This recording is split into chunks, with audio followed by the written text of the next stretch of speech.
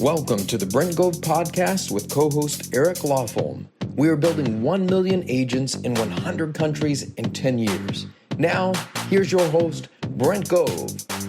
And hello, everybody. Welcome back to the big show. I'm Brent Gove, and I have my co-host Eric Lofholm here today. Eric, how you doing?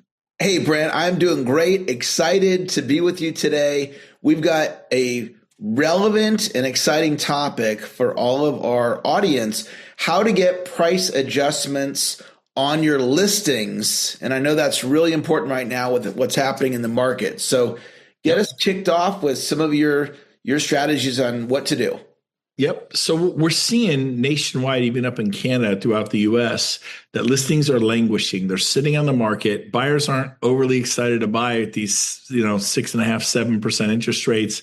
Prices are sky high, so the payment's huge. So buyers are like, and then the sellers aren't really wanting to lower their price, but sometimes they need to. And so what I do, you can chase the market down, or you could lead, get there first. The people who get there first, their homes sell. Homes are selling every day. They're pending, but they're the 10% of the market. The other 90% is languishing. So you want to be in the 10% category. You don't want to have your home listed at $900,000 and then to move it to $975, to move it to $950, to move it to $925, to move it to $9, and finally sell at $890. When you could have just gone from $9 to $9, from $975 down to $925, and then sold it at $935, right? Instead of $890. In other words, you don't want to chase this market down, if you understand what I'm saying. So what I love to do, Eric, and I'm going to role play with you. You're going to be one of my sellers. You live in Meadow Vista, and Eric and I are from Northern California. He knows Meadow Vista. All the homes are 5,000 square feet on 2 acres. They're beautiful, and they're like, $2.9 million, $3.5 million. So you don't have a normal house. Your house is $4.5 million. So I would call you up if I wanted a price reduction. I'm looking at what's pending. I'm looking at what's active. I'm seeing homes that have come on the market in the last 2 weeks that are lower than ours. I'm looking at, okay, what did sell? Ours didn't sell. What did sell? I pull up all the pendings. I just go, show me the pendings. What did people buy? And your house is 5,000 square feet. The ones that went pending were 6 or 7,000 square feet. Your home has a pool and a decent view. These homes had pools and an outrageously good view. And so I'm doing my homework, and then maybe they were only 1.5 acres and you're 2, but they have a great view. And that's worth a lot more than 1.5 to 2 acres. And so what I'll do is, and you guys need to do this. It works great. I mean, I used to carry 18 to 28 listings at all times. So Eric, you're going to be my seller. Here's exactly what I do. I call you up. I go, Eric, how are you doing today? Doing great. Awesome. Hey, I need to talk to you and Jenny. It's really important. I've been looking at the trend in the market and looking at what's going on. And in the last 2 weeks, we've had 7 homes go pending in your neighborhood. And as we know, yours is just sitting there. We haven't had any offers. Honestly, we haven't had, 2 showings. And so it caught my full attention. I did some research, and what I found was alarming. And so what I'd like to do is have you and Jen drive down from Meadow Vista and come to my office in Roseville. I want to sit down with you and have a very serious discussion about your property and show you what's happening in the market. To which you say, what do you say to me, Eric? Do I have your attention by some of my verbiage and some of it's alarming? Did I get your attention a little bit? Absolutely. Yeah. If you need us to come down, we'll come down. No problem. And that's usually what they say. Now, sometimes they say, well, hey, it's a long ways from Meadow Vista to your office. It's a 40-minute drive. Can you come up to the house? Jen and I would love to see the house. So ask me if I say, hey, it's a little too far to go. Can you come up to the house? Go ahead and just say that to me. Brent, that's a bit of a drive. Any possibility you could come to our house? I can't actually. There's some things I need to share with you at the office. I have tools at the office, some things you need to see, and I actually need you to come into the office. Okay. There, see that? I shut up. I stopped talking, and he was awkward. Then he goes, okay. You hear that? And so you want them, because when I go to his house in Meadow Vista or Granite Bay or Loomis or Roseville or Folsom, he's the boss. When you're in someone's home, they're in control. You're not. You work for them. When he comes to my office, I'm in control. Did you go to your architect's house? Do you go to your attorney's house? Do you go to your financial planner's house, your CPA's house, your stockbroker? No, you go to their office. You're a professional. You don't go to people's homes other than when you have to look at it to tell them what it's worth, but then you don't go back. They come to you. So I make them drive down 40 minutes. I say, I've really seen some things that are alarming. I'm very concerned. We need to talk. In other words, I'm the principal, you're the student, and you're about to get in trouble. It's just like, geez, okay, I don't know. He said it was alarming. He says we need to go see him. I have their full attention. I do this on purpose. The words have meaning. They're very important. And so you come down and you go to Regis. I've worked out of a Regis for 7 years. You can get one in an office there. You can get a Regis membership for $80. EXP agents, I'll get one for free. Get one. So make sure you have a professional environment. They come up and they go, yeah, hi, we're here to see Brent Gove. And so the secretary at the front desk of Regis says, oh, just a minute. I say, by the way, my client, Eric and Jenny, they're coming in. Please call me when they get here. And you don't even have to have an office there. Just go back in another part of the office and they call you on your cell phone and they call me and say, hey, Brent, Eric and Jenny are here, your clients. Can you come up? I go, sure, I'll be there in a minute. And then I don't come immediately. You ever gone to your attorney and you have to sit there for 2, 3, 4, 5 minutes? 10 minutes, your dentist, your lawyer, your probate lawyer, your financial planner, your stockbroker, they just run out. You walk there, oh, hey, cheers, boom, they're right there on it. No, you sit there for 2, 3, 4, 5 minutes because guess what? They're the boss and you're the student. They're the teacher, you're the student. They're the principal, you're the student. And so you want this kind of a mantle of authority. Then I come after, I let them sit there. I'm ready, but I let them sit there 2, 3, 4, 5 minutes. It's all part of the psychology. Then I come out, I go, Eric, Jenny, how are you? Great to see you guys. Come on back. And I've already prearranged a conference room. We go into the conference room. You don't even have to have an office there. You just use their conference room. If you ask nice, they'll give you one for free usually. And so you sit down and you go, okay, so here's the deal. I know we've been on the market for a month and we've had some showings, but we've got no offers. And that is concerning. And so I went, okay, is anything selling? I pulled it up. There have been 9 sales all around your house the past 2 weeks. And they're like, what? Yeah, I saw some of those, And I said, yeah. So I printed them all out. They're right here. I do it, of course, all in full color. And before they get there, I'm highlighting, did it have 5 acres instead of 2? Why did it sell? Why did we not sell? We're priced at, $4.5 million. This thing came on 2 weeks after we hit the market at 3.9, and it's got 3 acres, not 2. And it was 5,500 square feet, not 5. And I got all full. I got it all printed out. I go, what do you think? God, that is pretty nice. I go, they came on at 3.9. I go, yeah. And I said, and here's another one. It sold last week. It's smaller than yours. It's only 4,800 square feet. You're 5, but it had a waterfall that was 60 feet high crashing into the pool. This is no normal pool. This is probably a $350,000 to $400,000 pool. And they get this epic view. Look at all this. And I go, it's not quite what we have, right? Yeah, no, it's not what we have. So 200 less square foot, but the rest of the house is lights out. Now they did sell at 4.3 million. They were listed at 4.3. It's pending. We don't know what they got, but they came on 200,000 under us. They undercut us by $200,000. Now, again, these homes were not on the market a month ago. We went on the market. So I'm letting them know they came on after us. Now, here's one that's been on the market for 2 months. And it was listed. It's one of the reasons we listed at 4.5. It was our competition. It was at 4.7. We noticed it wasn't selling, so we chose 4.5, but they lowered the price from 4.7 to 4.4. They cut the price $300,000 and they went pending. Wow, look at it. It's pretty much model match your house. Yeah. Except they have 4 acres instead of 2, and whatever it is. So, and then I said, but here's the part that concerned me. Remember, I said that I was alarmed. Remember that, Eric? Yeah. Well, I pulled up all the active homes. Like, we have to compete. Who are we competing with? And check this out. We've had, when we came on the market, there were 7 homes on the market. Now there's 7 more. There's 14 homes on the market. Competition. The average price for a 5,000 square foot home on 2 acres was running right around 4.5. That's why we chose it together, 4.5 million. Right now, at least these prices are coming down. They're currently at $4.2 million. Now, your home's really nice. And I think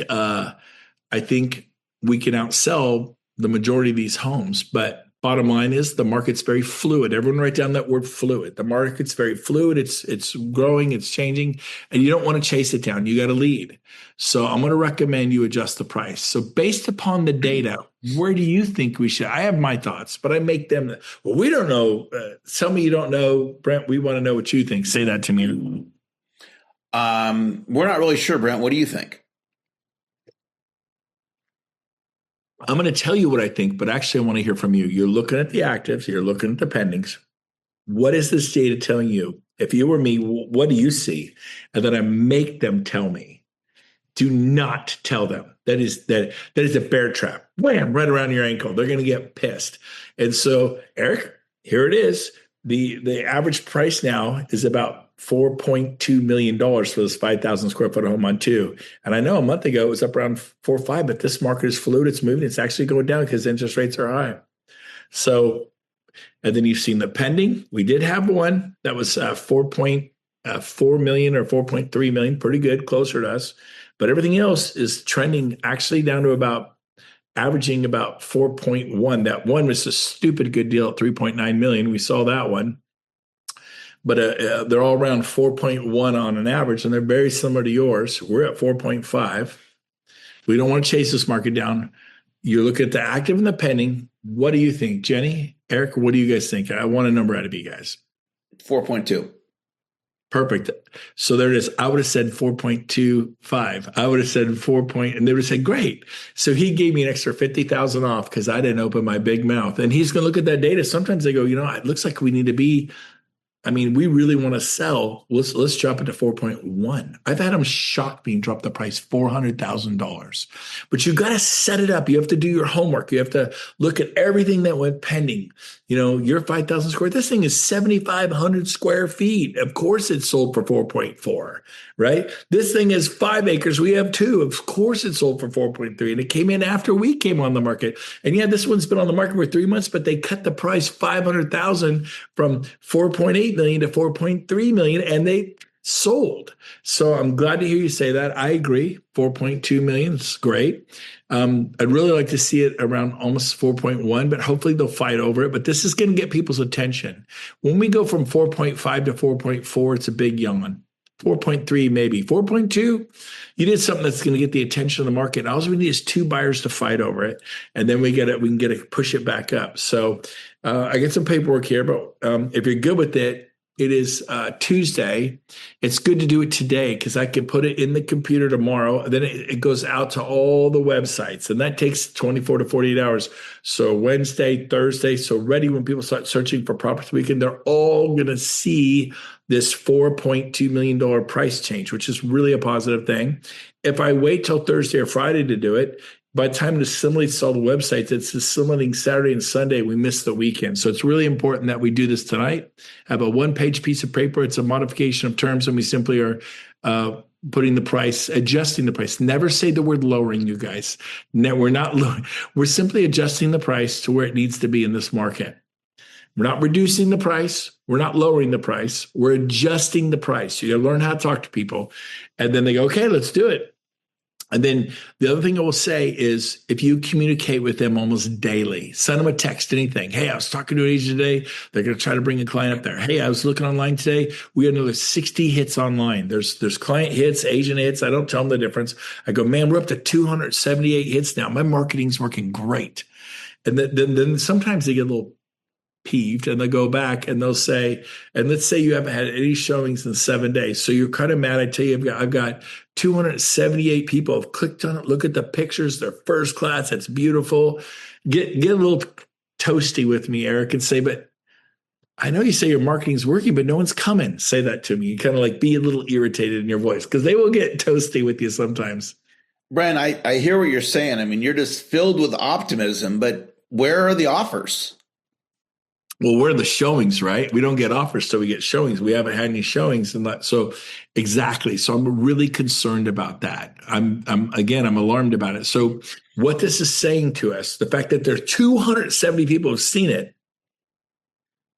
See how I'm pausing? And they haven't even bothered to show up. It's screaming to us. What the market is screaming to us is we're overpriced.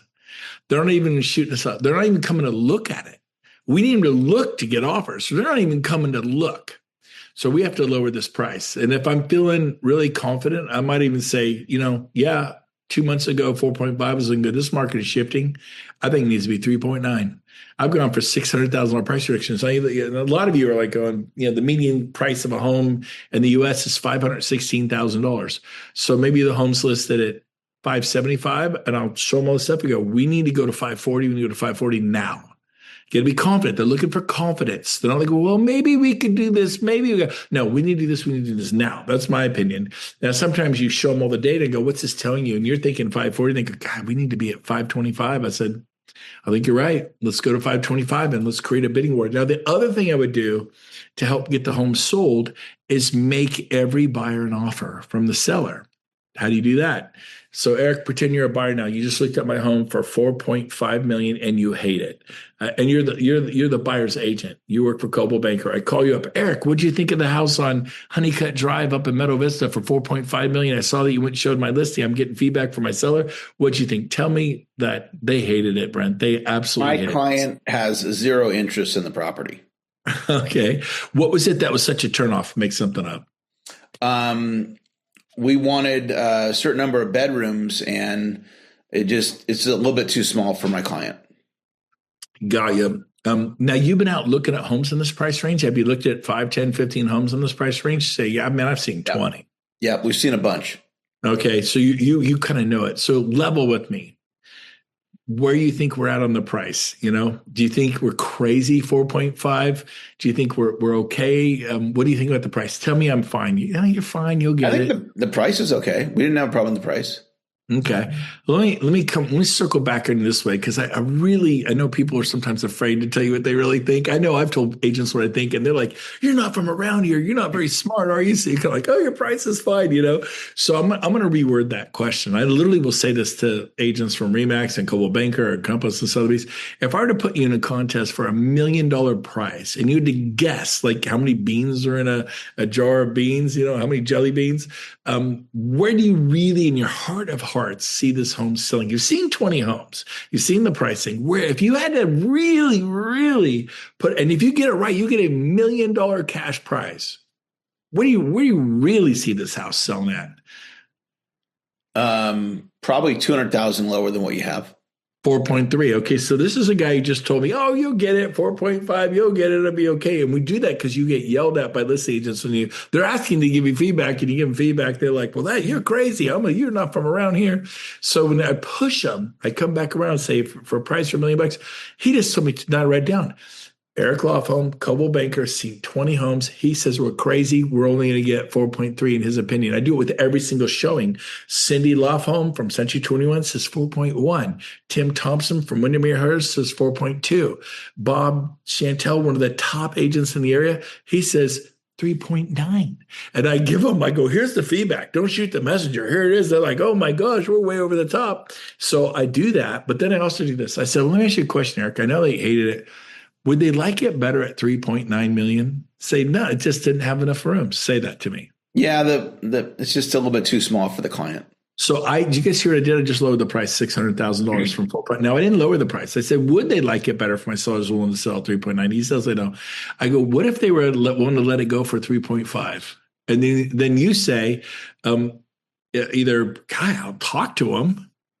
Or I've had agents say for 3.5 I'll buy the house. Are you serious? 3.5 million? I would buy the house. So you pick one. Either I'll talk to my clients or that's I'd buy the house at 3.5. Yeah, I think my clients might have a sincere interest at that price point. All right, awesome. Call them up and ask them. Don't write it up, because I don't know where my sellers are. They're motivated, but I don't know if they'll do that. I don't know what they'll do, but they told me they want to sell this house. So call your clients and see if they do it, if they're serious. And he calls me back. He says, look, they won't do 3. They'll do 3.4. Awesome. I go to my seller. Okay, we got a verbal offer, 3.4. Agents never do this. We have a verbal offer for 3.4. We're at 4.5, and then they usually go through the roof. They're like, what? That's outrageous. How dare they? And agents are afraid to do this. I go, no, stop right now. They're not used to someone talking to them like that. I go, you're going to write a love letter to these people, because the fact that they made us a verbal offer, guess what I get to tell everyone today, tomorrow, the next, and all weekend? I get to tell them we have an offer. And offers have babies. Everyone wants to buy what they're about to lose. Without this lousy offer, and I'm certainly not going to tell them how bad it is, but guess what? They're like, it creates the fear of loss. So like they're assuming it's 4.5, 4.4. Heck, they may have gone 50,000 over full price, 4.5, 50, 50. And so they're like, oh my gosh, is there time? And ask me if there's time. Ask me, are there any offers on Meadowbrook? Any offers on Meadowbrook, Brent? Actually, there is. We're negotiating right now. And then usually the agent will say, is there time? Can I run over there and show it? So say, can I show it? Is there time? Is there still time for me to show it? I go, absolutely. Because I can hold off on the counter offer. How quick can you get there? It's noon. Can you get over there at 2 or 3? And then say, well, my client's a doctor. He can't just do that. Just say that to me. Yeah, there's no way. My client's probably in surgery right now as we're speaking. I go, I tell you what, he's going to lose his house. Call him up and try to get him off surgery. Tell him, I love telling agents to get their clients out of work. I go, we all get out of work all the time. You call them up, they got to get out of work right now. But if they absolutely can, he's in surgery and he just can't. There's other people can do open heart surgery. Other people can do brain surgery. I kid around with him a little bit, But I said, when can he? He says, okay, look, he could be there by 5:30. I said, okay, I'm going to wait till 6 o'clock before I send this counteroffer. So here's what you're going to do, Eric. You're going to race over to that property in Meadow Vista. You're going to see it. And if they light up, they're going to be so excited. And if they want to make an offer, you go out in the front of the house on the front line, you call me and say, we're making an offer, and I will hold. I will not send the counteroffer, because if I send the counteroffer at 6 and they sign that counteroffer, the property's sold, correct? Yes. That's how it works. Exactly. So, Clark's calling me. Hold on. I'm going to have to take this later. So, long story short, I said, okay. And so I wait 5:30, 5:45, no call. And then I said, okay. Then another agent calls me. Is there time? I have an offer. Barely. I go, is there time? We'll have someone racing the property now. I might be getting a second offer right now for all I tell. Oh my gosh, when can you show up? We could be there in an hour. Okay, race it. So I'm creating momentum. I'm creating the fear of loss around this house. Some agents are funny. I want to show the property at 9 for Saturday morning. They go, I already have an appointment at 9. I want to show it at 10. I already have one at 10. You got to come at 11. I want them all coming at 10 and 2. I want 30 couples there at 10 and 40 couples there at 2. I want them tripping over themselves. Agents are so funny. We got to separate it. You're at 9, you're at 10, you're at 11, you're at noon, you're at 1. That's the dumbest thing you could do. You want everyone at 10, everyone at 2. Well, we can't make it at 10. Well, then I guess you're not going to see the house. Well, you go at 2. I go, we have 2 showings available. Well, why? We want to see it at 5. I go, you ain't getting into 5. You go 10 or 2. Okay, we'll be there at 2. And I want them tripping over each other, because may the real buyer please stand up. They assume the other couples love it like they love it. And they hate it. It's not the right house. It's too dark and enough windows. People are funny. I had people say the coat closets aren't big enough. The driveway's too steep. And I go, what for? My fifth wheel. I go, you're like 30 years old. You have a fifth wheel? No, but when I retire at 60, I will. This guy didn't buy the house because the pitch of the driveway was too steep for his fifth wheel, which he's going to buy in 30 years. People are weird, but this is some stuff. But anyway, so back to the price reductions. Have them come to your office at Regis. Well, I'm not a member. Go get a membership. It's $80. You're not a child. Go get a membership. We don't have Regis's where I live. Do you have any co-working spaces? I don't think so. Well, forget I don't think so. No, for sure. You'd be shocked at how many co-working spaces they are. They're very professional. They have secretaries. They have conference rooms. You reserve the conference room. You have them come in. You lay out everything. The actives printed out, circled, highlighted. The pendings printed out, and then you do your attorney, a lawyer presenting to the jury, and you're going, there is no doubt based upon all this unequivocal, this evidence that it obviously the price needs to be what, Eric? And you go 4.2, and you're trying to lead them to an irrefutable, like it is obvious it needs to be not 575, but 525. And you make them tell you, what is the data showing you on the active pending? Well, I don't know. You tell us. I go, no. I'm going to tell you about that. But what do you think based upon this? 525? Exactly. 525. But if you say 525, he just wants a price reduction. He just wants a quick sale. Make them say it. That is how you get a price reduction, and then create momentum around your property by having all your showings at 10 and 2, all the showings at 10 and 2, have them trip over each other. And then Didn't say if my client would lower the price from 800,000 to 7. Now how about 6? Well, how 6? I'll buy it at 6. Great. So I have an offer. Yeah, I'll give you 6. Good. We have an offer. I'll talk to my clients. Okay, they won't do 8. They'll do 7. I thought you said they're motivated. I go, well, I thought they were too, but 775. I'm out. I go, what would you do? Well, heck, I pay 650. Okay, I got another 650. I'm going verbals back and forth. You have to put this stuff in writing. 650. But guess what? Some McColl's, is the property available? Yes, but barely. I'm on my 3rd counter offer, baby. Now, is there even a purchase agreement written? No, but they made an offer. The seller made an offer. They came back. I go, man, you got seconds. How quick can you be there? This is how you sell homes, man. Not like, well, we had 40 showings, didn't get an offer. Every single agent buyer that you have, Eric, you want me to sell your home? I will sell your home. I'm good at this. And so you create momentum, not like waiting like an order taker for the offer. Go make it happen. I didn't say anything that was untrue. If they would, you is all I said. And they said they're motivated, and we'll see what that means. And I tell them not to write. I'm not wasting their time. I don't tell them to write it up. Just give me a verbal offer. Will you do it? Let me go to my sellers, see what they'll do. I've also had my sellers shock me. I had one at 2.5. They dropped at $250,000 on a verbal. Anyways, time's up. This was a great call today. I'm fired up. Eric, back to you. Let's wrap it up, put a bow on it. Sounds great. Well, great information, Brent. And I just want to share one quick tip with all of you. Notice in all of this, as Brent was going for the reduction in the price, he wasn't doing it over text, and he wasn't doing it over the phone, in person. Okay, so it's a sales presentation. You did the presentation to get the listing. Now we got to do the presentation to get them to modify the price. And as I've said, pretty much at the end of every podcast, go back, listen to the podcast multiple times to put the best ideas that Brent shared with you today into your subconscious mind. Pure gold got shared today. And share the podcast with your team and with your organization so they can benefit from Brent's great ideas. And Brent, I'll turn it over to you if you have any final thoughts today. Right on. We may want to rename this How to Sell Your Listings, because it encompassed price reductions and how to get momentum around the sale. So we'll name this podcast How to Sell Your Listings. We'll go that way. Have a great day, everyone. And we'll see you next week on the podcast. Talk to you later. Bye-bye. Bye for now. Okay, so here's the deal. We have incredible information, video content on my YouTube channel. Go over there and make sure you subscribe.